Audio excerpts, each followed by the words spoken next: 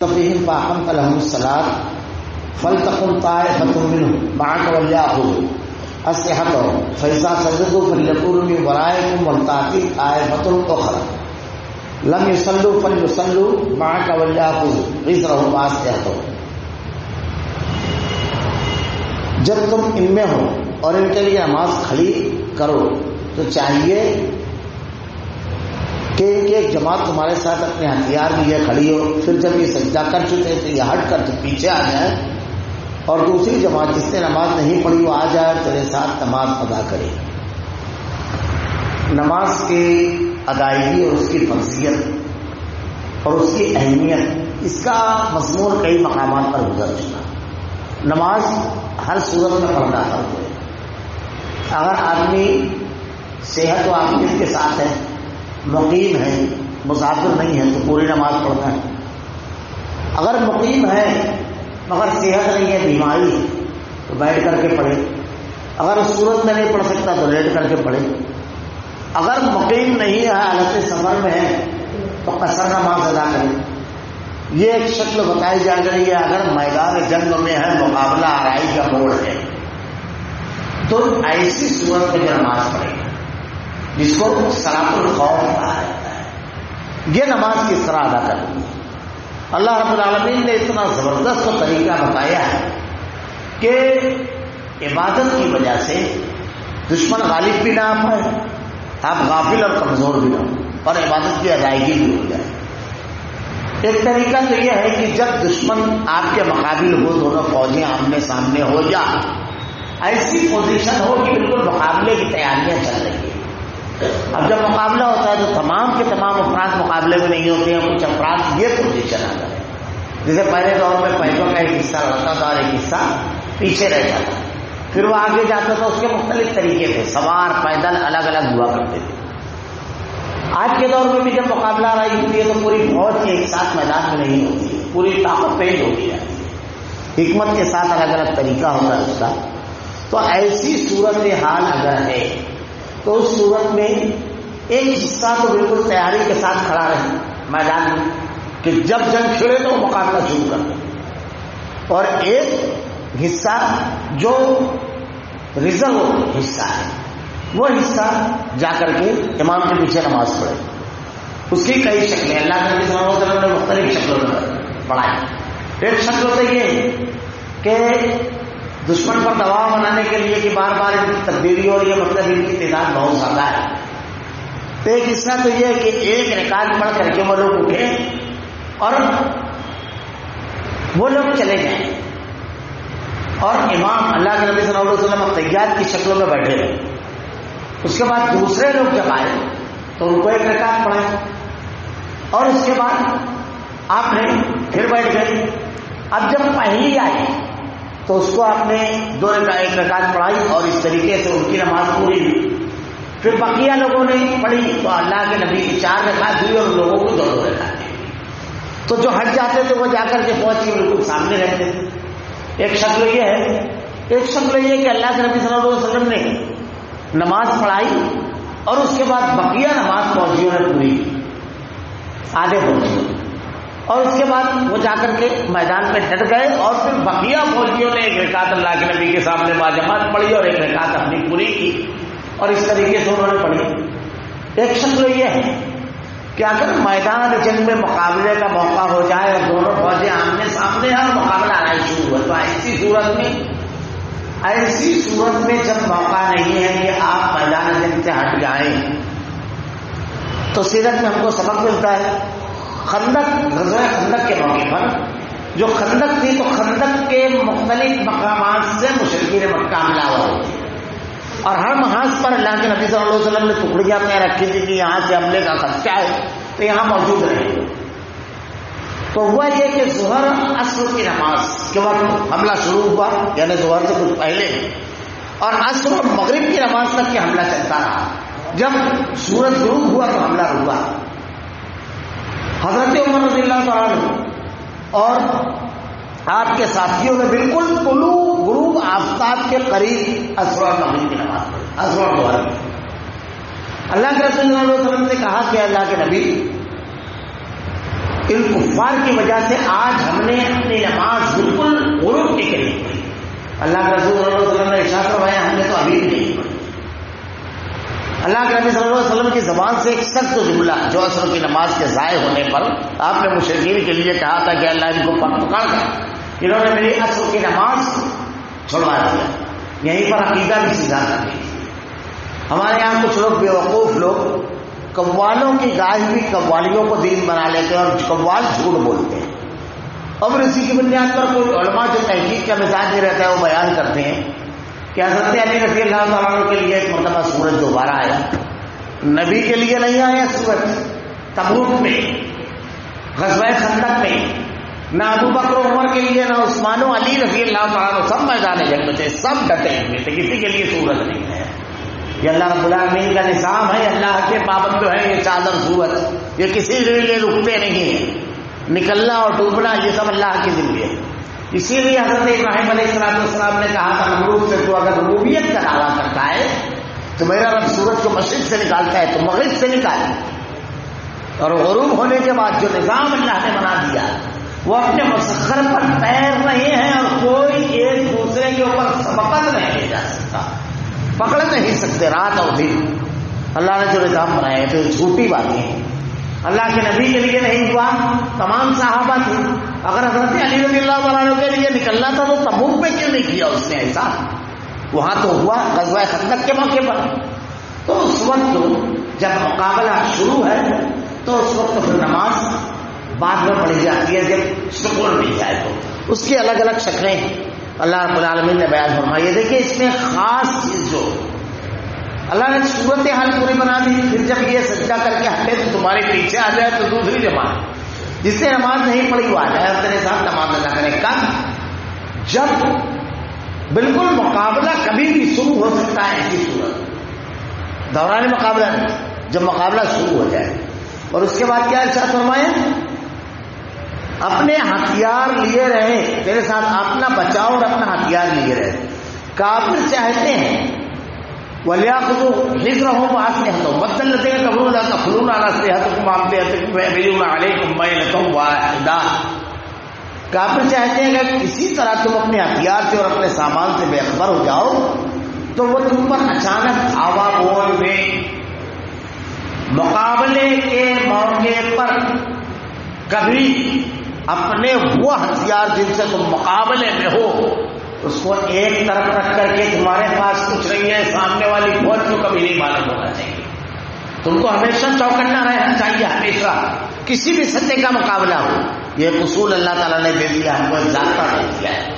آدمی جب کمزور دیکھتا ہے، جب بالکل نہتا دیکھتا ہے یہ کچھ کر نہیں سکتے تو وہ اپنی مرضی چلاتا ہے، جو چاہتا ہے کرنا چلا جاتا ہے. آج کسی کے لیے چارہ نہیں ہو کہ کوئی بھی آئے چڑھ کر کے چلا جائے. اس کو احساس ہونا چاہیے کہ یہ پوری کی پوری ایک زندہ قوم ہے اور یہ ہر وقت تیار کرتی ہے. ہم جب حملہ آور ہوتے ہیں تو ان کی طرف سے بھی پلٹ کر آئے گا کسی بھی سطح پر جواب. موجودہ حالات میں بھی ہر قسم کے حالات میں اس کو فٹ کیجیے کہ یہ صورتحال ہماری کیوں ہوئی، کیوں ہو رہی. اللہ رب العالمین نے تو ارشاد فرمایا کہ تم اپنے ہتھیار اور اپنے سامان سے بے فکر بے خبر ہو جاؤ. تمہارا تحفظ کا جو سامان ہے، جو تمہاری اٹیکنگ پوزیشن ہے، اس کو چھوڑ دو. ارے نہیں فلاں آ جائے گا، فلاں آ جائے گا، یہ کیا ہے؟ تم اپنی پروگرامنگ خود بناؤ، تم اپنے فیصلے خود کرو. تمہارے اپنے منصوبے خود ہونا چاہیے، تمہاری اپنی پلاننگ خود ہونا چاہیے. دوسروں کو پلان اور منصوبے پر نہیں، دوسروں کے بنائے ہوئے فارمیٹ پر عمل نہیں کرنا ہے.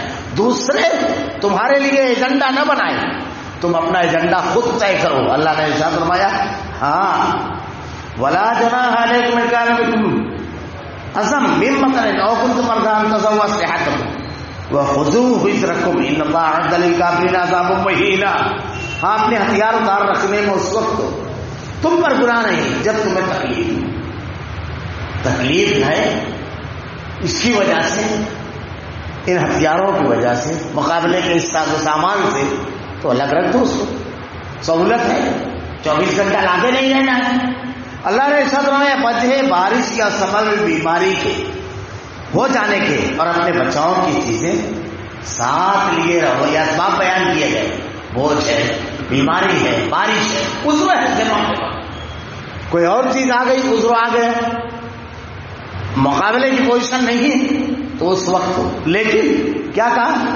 اپنے بچاؤ کی، یہ کامیاب حملہ کرنے والا لیکن دفاع کبھی نہیں چھوڑنا ہے. سامنے والا دفاع کرے، حملہ کرے تو آپ اپنے بچاؤ کا اتنا سامان تو ضرور رکھے رہو کہ وہ حملے میں کامیاب نہ ہو، وہ اپنی منمانی نہ کرے. تمہاری پوزیشن یہ ہونا چاہیے ہر وقت. آج اگر ہم دیکھیں تو ہماری پوزیشن کیا ہے؟ کیا ہم دفاع کی تدبیر کچھ کرتے ہیں؟ کیا ہم بچاؤ کا کچھ سامان رکھتے ہیں؟ درداتے کر رہے ہیں لوگ، جو چاہتے ہیں وہ کرتے ہیں. ایسا لگتا ہے امت مسلمہ کا کہ اس حدیث کے مصداق کہ دوسری قومیں تم پر ایسے ٹوٹ پڑے گی جیسے دسترخوان پر بھوکا ٹوٹ پڑتا ہے، جو چاہے کھائے. روٹی کا جہاں سے چاہے ٹکڑا کرے، چاول کا جتنا حصہ لے چبا لے، گوشت کے جہاں سے چاہے ٹکڑے کھائے، کوئی مزاحمت نہیں. ایسے تمہارا معاملہ ہو جائے گا. اللہ نے تم کو تدبیر سب دی ہے، تم ان تدابیر کو اختیار کرو، وقار، عزت، مقام، مرتبہ سب کچھ ملے گا. شرط یہ ہے کہ تدابیر تمہاری زندگی میں ہونا چاہیے. اپنے بچاؤ کی چیزیں ساتھ لیے رہو.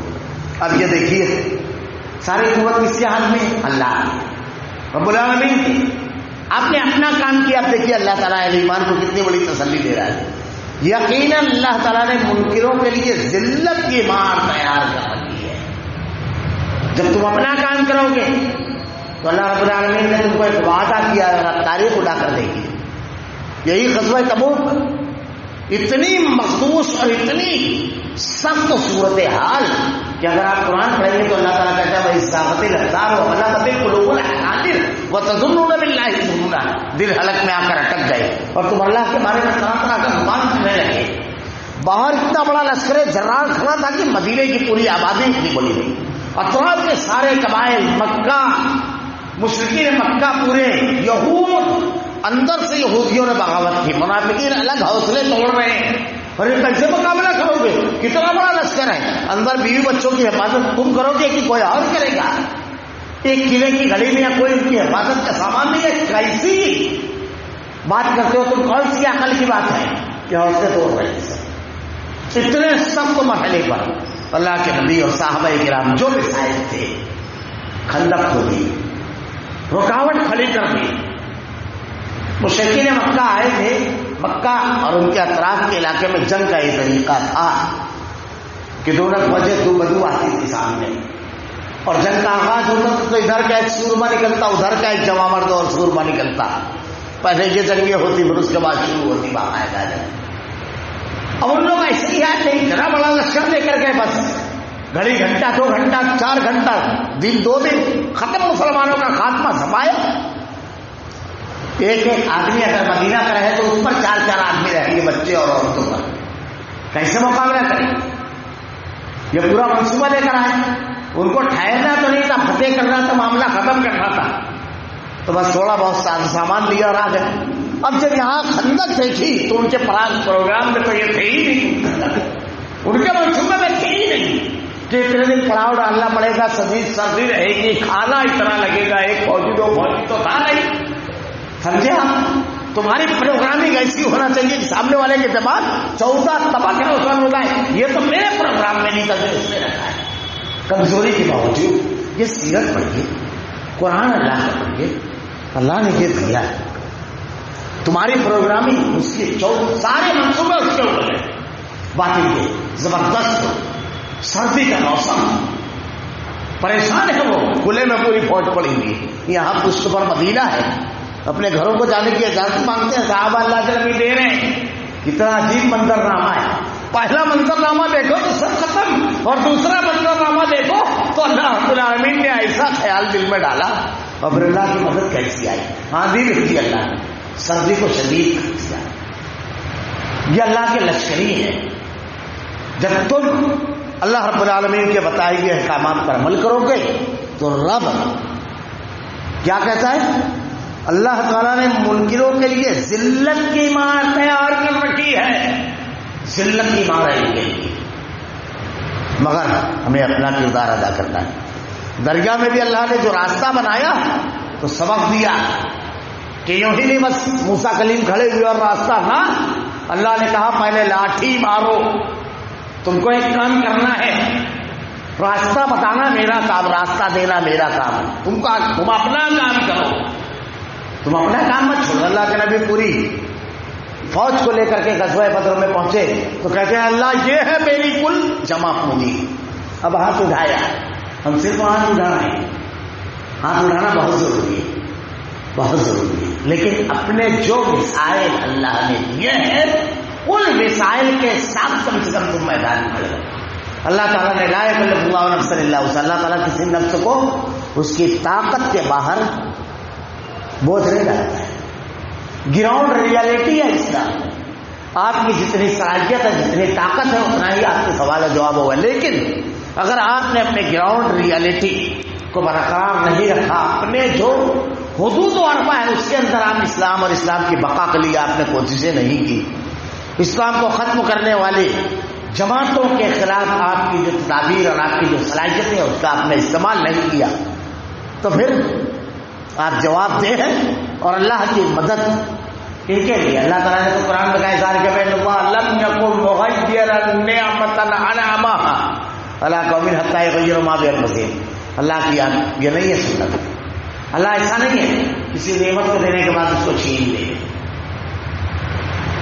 مگر وہ جن لوگوں کو نعمت ملتی ہے وہ ایسا عمل کرتے ہیں کہ نعمتیں چھین جائیں، اللہ نعمتیں نہیں چھینتا ہے۔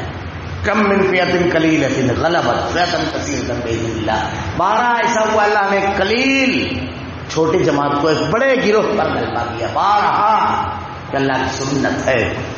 تو اللہ تعالیٰ نے ارشاد فرمایا۔ اب اس میں یہاں پر ذرا سا ایک مسئلہ اور بیان کر دوں جو پچھلے ہفتہ آیا تھا، صلاۃ القصر، سفر کی نماز، اس کے بیچ میں ایک مسئلہ، چونکہ نماز کے مسائل چل رہے ہیں، ایک مسئلہ اور جمع بین الصلاتین، دو نمازوں کو جمع کرنا۔ حالت سفر میں تو آپ جمع کر سکتے ہیں، جیسے آپ سفر کے لیے نکل بھی رہے ہیں تو جمع کر سکتے ہیں، حالت سفر میں بھی، اور اس کا طریقہ میں نے بتایا تھا، ایک ہے جمع تقدیم اور ایک ہے جمع تاخیر۔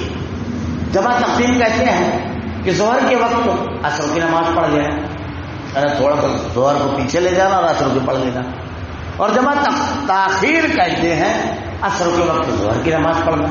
یہ ہے اللہ کے نبی صلی اللہ علیہ وسلم نے مدینہ میں ایک دن 2 نمازوں کو جمع کیا، جسے بارش کے موقع پر حضرت عباس رضی اللہ تعالیٰ نے کہا کہ اعلان کر دو کہ کہتی تو صبح بہت شدید بارش، راستے بند، کچے راستے کے سب گھٹو کھٹا ٹوپ اندھیرا، آپ نے اعلان فرمایا کہ لوگ نماز اپنے گھروں میں پڑھ دیں گے، یہ بھی اعلان ہوا۔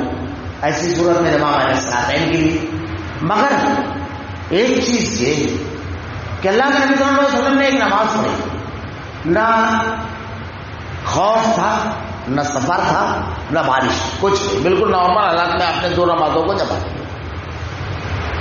بعض لوگ اس میں اہل علم سے رجوع ہونا چاہیے، امام ترمذی نے روایت کو نقل کیا ہے، بعض لوگ اسی کو اس دلیل بناتے ہیں، جیسے ایک صاحب خود مجھ سے کہہ رہے ہیں کہ اللہ کے نبی صلی اللہ علیہ وسلم سے بلا وجہ بلا کسی دوسروں کے پڑھی ہے تو ہم بھی پڑھ سکتے ہیں۔ آپ دوسرے کسی سے کسی بھی عجیب بات ہے، کتنی بار اللہ کے نبی نے پڑھی؟ پوری زندگی تو اللہ کے نبی صلی اللہ علیہ وسلم نے اپنے وقت پر ادا کیا، جماعت سے پڑھی ہے، ایک مرتبہ جو پڑھی ہے یہ بیان جواز کے لیے ہے، جس کا جواز ہے، لیکن اللہ کے نبی نے اس کے علاوہ کبھی پڑھی تو آپ پوری زندگی کے عمل کرو گے کہ ایک وقت کیا عمل کرو گے؟ وہی اللہ کے رسول ہے نا جو ہر وقت 5 وقت پڑھتے ہیں۔ تو یہ اس قسم کا استدلال کرنے کے بجائے اہل علم سے رجوع ہونا چاہیے اور ان سے پوچھنا چاہیے۔ فَإِذَا قُضِيَتِ الصَّلَاةُ فَإِذَا قَضَيْتُمُ الصَّلَاةَ فَاذْكُرُوا قِيَامًا وَقُعُودًا وَعَلَىٰ جُنُوبِكُمْ فَإِذَا اطْمَأْنَنْتُمْ فَأَقِيمُوا الصَّلَاةَ إِنَّ الصَّلَاةَ كَانَتْ عَلَى الْمُؤْمِنِينَ کِتَابًا مَّوْقُوتًا۔ پھر جب تم نماز ادا کر چکو تو اٹھتے بیٹھتے اور لیٹے اللہ کا ذکر کرتے، بہت اہم چیز ہے۔ جو آدمی کے اوقات ہے، آپ مقابلہ آرائی میں کس مرحلے کرو، آپ کے پاس وسائل کم، سب کچھ کم، سب ہونے کے باوجود کون فیصلہ کرتا ہے، کون شکست اور فتح عطا فرماتا ہے؟ قرآن میں اللہ تعالیٰ نے کئی مقامات پر کہا ہے. اہل ایمان کے لیے کہا ہے ولا تہنوا ولا تحزنوا، نہ تم خوفزدہ رہو گے نہ غمگین. ایک شرط لگائی وانتم الاعلون ان کنتم مؤمنین، ایمان کے ساتھ. اللہ رب العالمین نے حضرت موسیٰ علیہ السلام کی قوم ظالموں کی چکی میں پیسی جا رہی تھی، وہ ظلم کی انتہا کر رہا تھا فرعون. فیصلے اس کے، قانون اس کا، پولیس اس کی، فوج اس کی، سب اس کا. اللہ تعالیٰ نے کیا کہا؟ حضرت موسیٰ علیہ السلام اپنی قوم کو جمع کر کے تقریر کرتے ہوئے استعینوا باللہ واصبروا، اللہ سے مدد مانگو، اللہ کی طرف رجوع ہو جاؤ، ثابت قدم رہو. واصبروا ان الارض للہ یورثها من یشاء، یہ زمین پر جو حکومت ہے اس کی نہیں ہے اللہ کی، وہ جس کو چاہتا ہے حکومت دیتا ہے. والعاقبۃ للمتقین، اور یقینی بات یہ ہے کہ انجام کار متقیوں کے ہاتھ میں رہتا ہے سارا معاملہ. وہ ادھر ہی جاتا ہے، کچھ دن کی کشمکش رہتی ہے، کچھ دن امتحان اور آزمائش کے ہوتے ہیں، لیکن تقویٰ کر رہے گا. یہاں اللہ تعالیٰ نے ارشاد فرمایا اللہ کا ذکر کرتے رہو، اللہ کا رجوع رہو، اس کی بڑائی، اس کی کبریائی، اس کی حمد و ثنا، توبہ اور استغفار یہ تمہاری زبان پہ جاری رہنا چاہیے. وقت کا ضیاع نہیں ہونا چاہیے، کیونکہ اس کی رضا، اسی کی خوشنودی حاصل ہوگی تو کامیابی ملے گی. حالات کو بدلنے والا وہ ہے، ساری قوتوں کا مالک وہ ہے، وہ ایسے لشکروں کو تمہاری مدد کے لیے بھیجے گا کہ تم تصور بھی نہیں کر سکتے. اور جب اطمینان پاؤ تو نماز قائم کرو. نماز کسی صورت میں نہیں چھوڑنا ہے. کب پڑھنا ہے، کیسے پڑھنا ہے؟ ان الصلاۃ کانت علی المؤمنین کتابا موقوتا، یقیناً نماز مومنین پر مقررہ وقتوں میں فرض ہے. جو اس کا وقت مقرر ہے، بلا وجہ اس کو ٹال کر نہیں پڑھنا چاہیے، بلا وجہ چھوڑنا بھی نہیں چاہیے. اس کے مقررہ وقت میں اللہ رب العالمین نے فرض کیا ہے، اس کو پڑھنا ہے. ولا تہنوا من ابتغاء القوم ان تكونوا تعلمون فانهم يعلمون كما تعلمون، ان لوگوں کا پیچھا کرنے سے ہارے دل ہو کر بیٹھ نہ جاؤ. اب ان کے پیچھے ہی رہنا ہے، تم کو لگے رہنا ہے. کتنے دن، روز روز کچھ نہ کچھ آ ہی رہا ہے. مقابلہ وہ بھاگ رہے ہیں، آپ اس کے پیچھے پورا جل کی بھٹی ابھی پیسے گئے، اس کے بعد بھی یہی. اللہ تعالیٰ کیسے کہہ رہے ہیں اگر تمہیں بے آرامی ہوتی ہے تو انہیں بھی تمہاری طرح بے آرامی ہے. وہ بھی آرام سے نہیں ہے، سامنے والا وہ حملے کی پوزیشن میں تمہارے خلاف تیاریاں کر رہا ہے، سب کچھ کر رہا ہے، وہ بیٹھا ہے کہ خاموش نہیں بیٹھا ہے. تم بھی، لیکن تم میں اور ان میں کتنا بڑا فرق ہے. اللہ تعالیٰ نے بہت اہل ایمان کی تسلی کا سامان ایک جملے میں دیکھیے کتنا بڑا فرق ہے. کیا کہا اللہ تعالیٰ نے؟ تم اللہ سے وہ امیدیں رکھتے ہو جو امیدیں لے نہیں. کیوں؟ کیا کریں؟ مقابلے، اہل حق کے دفاع، دین کے دفاع، دین پر عمل. اس وقت کی مصیبتیں، اگر اس کا پھول بھی اگر تمہارے ناک میں چلی گئی، اسی راستے میں اگر تم بیماری میں مر بھی گئے تو شہادت ہے. درجات کی بلندی کیا ہے تم تصور نہیں کر سکتے اس کا. کیونکہ تم اپنی ذات کے لیے نہیں، اپنی جماعت کے لیے نہیں، اپنے گروہ اور اپنی قوم کے لیے نہیں، بلکہ اس خالق ارض و سما کے دین کے لیے تم میدان میں ہو. تو تم اللہ سے کیا امید رکھتے ہو؟ اللہ رب العالمین نے کیا کہا ہے؟ ایسی جنتیں دے گا جس کا تصور نہیں کر سکتے. صحیح بخاری کی روایت ہے کہ اللہ کے نبی صلی اللہ علیہ وسلم حضرت جابر رضی اللہ تعالیٰ عنہ کے پاس پہنچے. آپ کے والد محترم حضرت عبداللہ رضی اللہ تعالیٰ عنہ میدان جنگ میں شہید ہو گئے. تو آپ کپڑا ہٹاتے اور روتے. تو اللہ کے نبی صلی اللہ علیہ وسلم نے کہا کہ جابر زیادہ غم ہے. کہا اللہ کے نبی شہادت ایک عظیم منصب ہے، ایک اعزاز ہے جو اللہ رب العالمین اپنے چنندہ بندوں کو دیتا ہے. یہ تو قسمت کی بات ہے. لیکن میرے والد محترم جو تھے مقروض تھے، میرے چھوٹے چھوٹے بھائی بہن ہیں، وہ ساری چیزیں میرے اوپر آ گئی. آخر شمار ہے اس دنیا میں. اللہ کے نبی نے حضرت جابر سے کہا سنو جابر، کوئی نہیں ہے جس سے اللہ نے بغیر پردے کے کلام کیا سوائے تمہارے والد، کوئی نہیں. پھر اس کے بعد بیان کیا کہ اللہ نے جب ان لوگوں کو اٹھایا شہدائے بدر کو، تو ان کی روحوں کو سبز و کرندے کے کالم میں ڈال دیا، شہداء کی روح. یہ جنت میں جہاں چاہتی ہے رزق کو حاصل کرتی ہے، اور عرش کے نیچے قندیلیں ہیں جس میں بصیرہ کرتی ہے۔ اللہ نے پوچھا کچھ اور چاہیے؟ تیرے باپ سے پوچھا، عبداللہ سے، تیرے والد سے پوچھا، کہا اللہ چاہیے۔ کہا کیا؟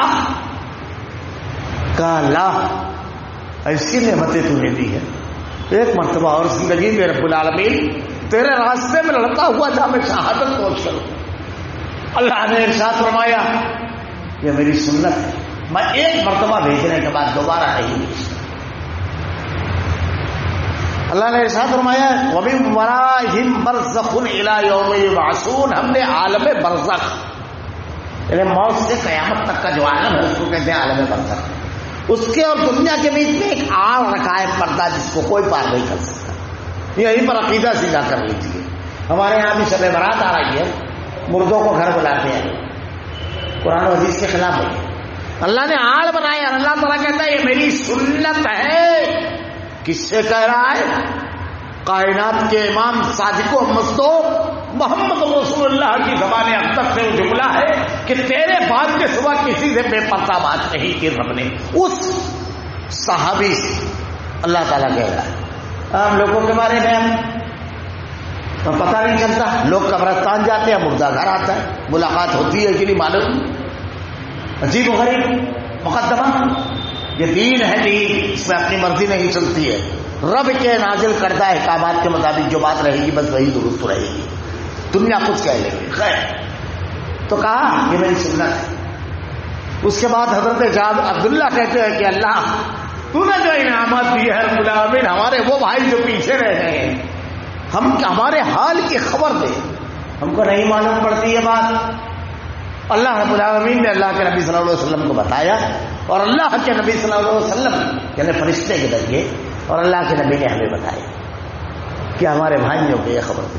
یہ معمولی چیز نہیں، معمولی احساس رہی ہے، تو تم کیسی توقع رکھو گے اللہ سے، کیسی امید رکھو گے نیکی کا جب کوئی کام کرنے نکلو گے اللہ کے دین کا نبھا۔ یہ امید کسی اور کو ہے کہ شہادت پر ایسا اور اللہ کے راستے میں نکلنے پر ایسا انعام، سوائے مجاہد کی۔ بار بار حدیث میں آتا ہے یہ اجر سب کے لیے ہے لیکن مجاہد کو چھوڑ کر اللہ کے راستے میں نکلنے والا۔ تمہیں جو امیدیں ہیں انہیں نہیں، اللہ سے ہم کو امید ہے رحم کی امید، گناہ کرے تو مغفرت کی امید، اگر ہم مشکل میں ہیں تو مدد کی امید۔ کس کو ہے؟ جو اللہ کو نہیں مانتا اس کو۔ یہ حضرت ابراہیم علیہ السلام سارا معاملہ خلاف ہے، حسبنا اللہ ونعم الوکیل، تمہارے لیے اور سوائے ہے نا تم کو اللہ سے امید کی مدد آئے گی، ساری قوتوں کا مالک اللہ ہے۔ تو تمہارا جو معاملہ ہے اللہ سے ان کے پاس کہاں ہے؟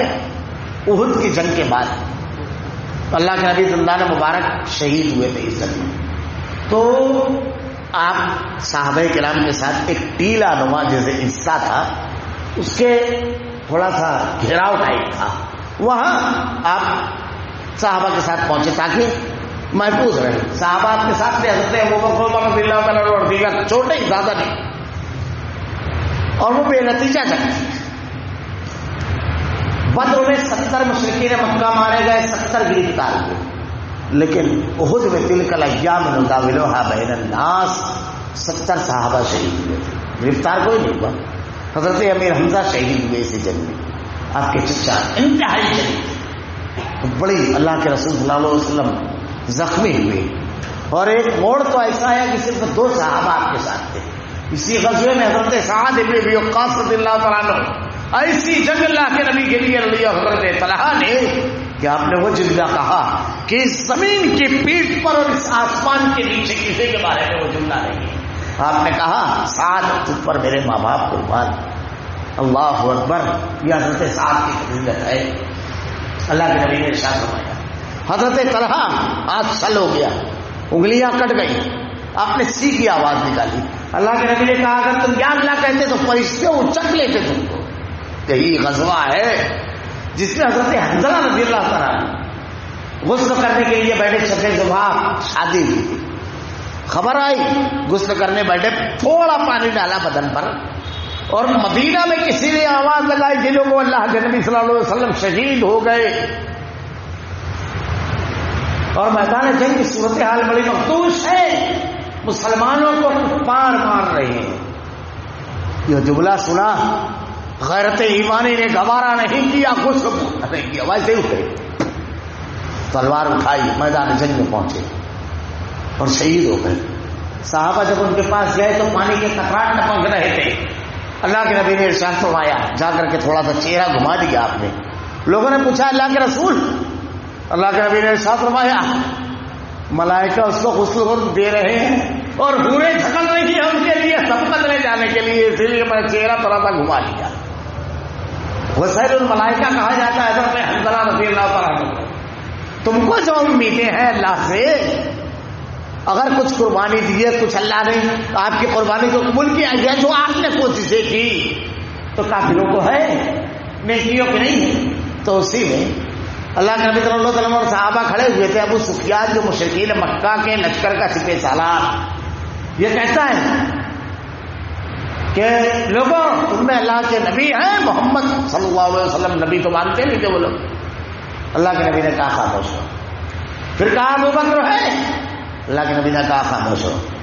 پھر کہا حضرت عمر رضی اللہ تعالیٰ عنہ کے بارے میں عمر ہے رضی اللہ تعالیٰ عنہ، کہا خاموش ہو. اللہ کے نبی نے کہا قصہ ختم. جب آواز نہیں آئی تو ابو سفیان کہتا ہے قصہ ختم. بیچ میں ایک پہاڑی زور سے آواز میں بات ہو رہی ہے.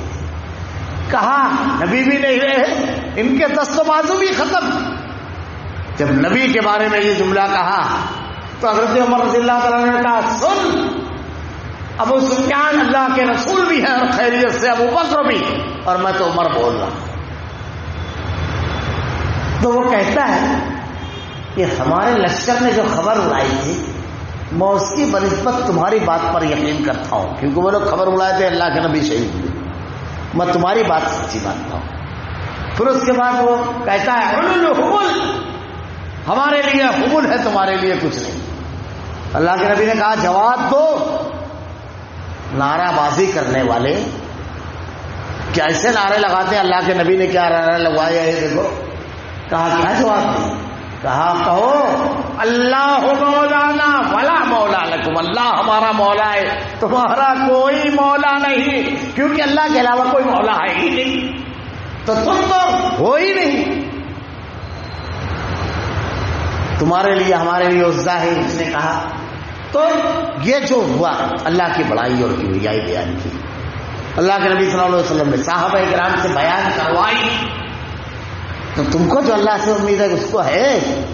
تمہاری حرکت و سکنات جو ہے، تمہاری معمولی سی حرکت بھی ثواب کا سبب، اس کی گناہ کا سبب. اتنا فرق ہے دونوں میں، یہ فرق ہمیشہ آتا ہے. اس کے پاس صلاحیت، اس کا اعتراف، کتنی منصوبے، کتنے پروگرامنگ، یہ سب کیا ہے؟ ڈپریشن میں جانے، احساس کمتری میں جانے والی باتیں. اور کتنا ثواب، ہماری کوششوں پر کتنی اللہ تعالیٰ کی مدد. کیسے اللہ کی مدد، یہ کیوں نہیں بیان کرتے؟ یہ سب بیان کرو. یہ اللہ تعالیٰ نے کہا دیکھو امید، جو امیدیں، جو امید تم رکھتے ہو وہ امید انہیں نہیں ہے. اور اللہ تعالیٰ دانا اور حکیم ہے، حکمت سے بھرا اس کا فیصلہ ہوتا ہے. بہت سارے پہلوؤں پر اللہ رب العالمین کی نظر ہوتی ہے. کبھی کبھی ہم لوگ سمجھتے ہیں کہ دشمن بہت طاقتور ہو گیا، اب دانا اور حکیم ہے.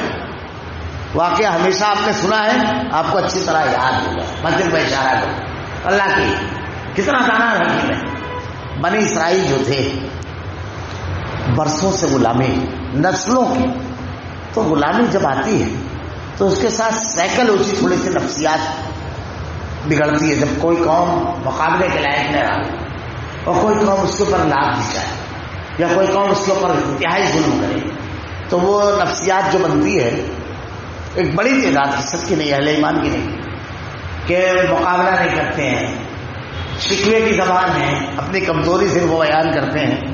جیسے حضرت موسیٰ علیہ السلام نے کہا جاؤ اللہ تم کو فتح دے گا، تو کہتے ہیں موسیٰ اور اس کا رب جا کے لڑے، جب فتح ہو جائے گی تو ہم آ جائیں. سرکشی ہے سب. اب یہ لوگ فرعون کا مقابلہ کریں گے جو برسوں سے غلام ہیں، جن کے بچوں کو ان کے سامنے مارا جا رہا ہے، کچھ نہیں بول پا رہے ہیں یہ. لیکن اللہ کو فرعون کو بھی ختم کرنا تھا. دیکھیے اللہ دانا اور حکیم ہے. اللہ نے قرآن میں کہا ومکر اللہ واللہ خیر الماکرین. کافروں نے ایک چال چلی, مکر کیا, اللہ نے ایک چال چلی. اللہ بہترین چال چلنے والا ہے. دشمن کبھی ایک چال چلتا ہے تو اس کو لگتا ہے یہ میری پروگرامنگ ہے, لیکن وہ اللہ کی پروگرامنگ رہتی ہے. فرعون جب یہ نکلے راستے کے کر سکتے موسیٰ علیہ السلام, فرعون کو خبر دی گئی, جانور کٹوایا, کلیجی بھون کر لاؤ میرے لیے, لشکر تیار کرو. تیار کیا گیا, کہا اب ایک کو بھی نہیں چھوڑوں گا, ایک کو. چلو اب جب نکلے تو سامنے ٹھاٹے مارتا ہوا دریا, اس کے بعد حضرت موسیٰ علیہ السلام اور ان کی پوری قوم, اور اس کے پیچھے فرعون. اب ان کا یہ کیا سمجھ رہا ہے, ان کا سارا راستہ بنا, اب تو یہ آ گئے میرے جانے میں, اب ایک کو بھی نہیں چھوڑوں گا. لیکن اس کو نہیں سمجھ میں آیا تھا کہ یہ چارہ تھے, جال میں تو یہ آیا ہے. کیونکہ بنی اسرائیلی کو بولتے ایک کھلونے کو اٹھا کر لا کے درجہ میں ڈالو تو نہیں کر سکتے, لاتے کیسے پورے لشکر کو. تو اللہ تعالیٰ آسمان پہ تدبیر کر رہا ہے. یہ کمزور اور ناتواں قوم نکلی, فرعون اس کے پیچھے جا رہا ہے, یہ سمجھ رہا ہے میں مارنے کے جا رہا ہوں, لیکن اللہ کا فیصلہ کیا تھا, ارے تو پوری طاقت اور لشکر لے کر نکلا ہے مرنے, اور یہ مظلوم اپنی آنکھوں سے تجھ کو تڑپتا دیکھیں گے. بہت تڑپایا ہے نا, گھر میں مر جاتا تو ان کو تسلی کیسے ہوتی, ان کے بچوں کو کاٹا ہے نا, تو یہ ڈوبے گا, جب زندگی کی بھیک مانگے گا تو اور تیری فوج, تو ان کی تسلی کا سامان بھی رکھ دیا جائے. یہ سب اللہ کا انتظام و انتظام رہتا ہے, دیکھتے رہیے. وہ بڑا دانا اور حکیم ہے. کیا کہہ رہا تھا فرعون, میں بنو اسرائیل کے رب پر ایمان لایا. آ گیا, پہلے تو انا رب کو بلانا بولتا تھا, کیا کہا اللہ نے, پڑھیے 14 بار, فَالْيَوْمَ نُنَجِّيكَ بِبَدَنِكَ لِتَكُونَ لِمَنْ خَلْفَكَ آیَةً. ہرگز نہیں, آج تجھے بھی تیرے بدن کو نجات دیں گے اور لوگوں کے لیے دیدہ عبرت بنا دیں گے. اللہ نے بنا دیا دیدہ عبرت اس کو. تو دیکھیے زمین پہ ایک تدبیر انسان کرتا ہے, اللہ رب العالمین کی آسمان پہ ایک تدبیر ہوتی ہے, وہ سمجھ نہیں پاتا ہے. اللہ بڑا دانا حکیم, اللہ رب العالمین کا فیصلہ بالکل درست ہوتا ہے. ہم کو اپنا کردار ادا کرنا ہے.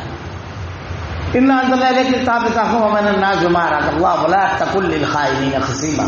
یقیناً ہم نے تمہارے حق میں ہم نے تمہاری طرف حق کے ساتھ اپنی کتاب نازل فرمائی. کتنی بڑی بات ہے.